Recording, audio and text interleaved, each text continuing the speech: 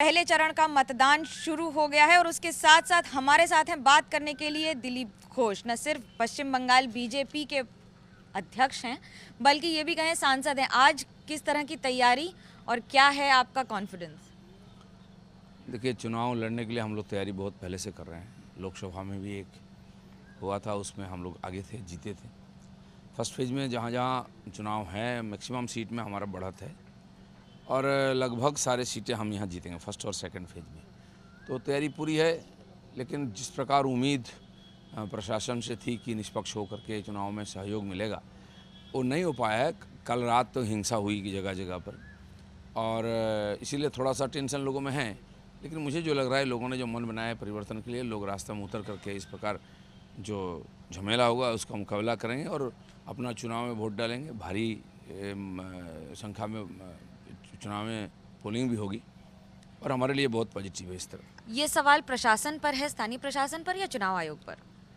देखिए, चुनाव आयोग जरूर उसको कंट्रोल कर रही है, लेकिन प्रशासन तो वही है, पुलिस अधिकारी, ये सब कल रात तक एगरा में कांथी का मेरा जो लोकसभा क्षेत्र में एक विधानसभा आता है, उनके कोई गेस्ट आया कलकत्ता से वहाँ किसी परिवार में, तो वहाँ के टीएमसी के लोग घर को घेर लिए, बहिरागत बोल करके हमला करने लगे।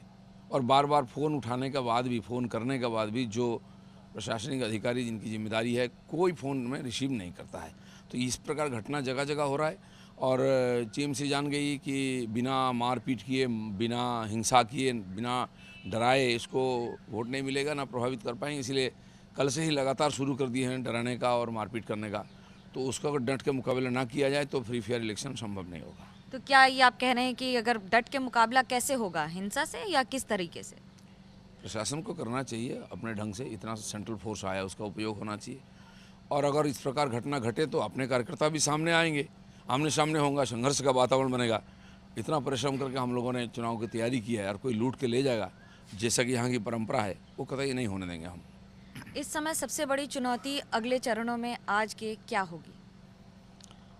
यहाँ से अच्छी ढंग से हम लोग तैयारी शुरू करेंगे, चुनाव शुरू करेंगे, पहला दूसरा फेज। इसी में एक प्रकार से ट्रेंड सेट हो जाएगा बंगाल चुनाव की इस बार की। और ये दोनों फेज में मैक्सिमम सीट हम जीतेंगे, 10-12% सीट टीएमसी जीत सकती है। और इसी का आधार पर आगे भी चुनाव चलेगा जिस प्रकार हमने तैयारी की है।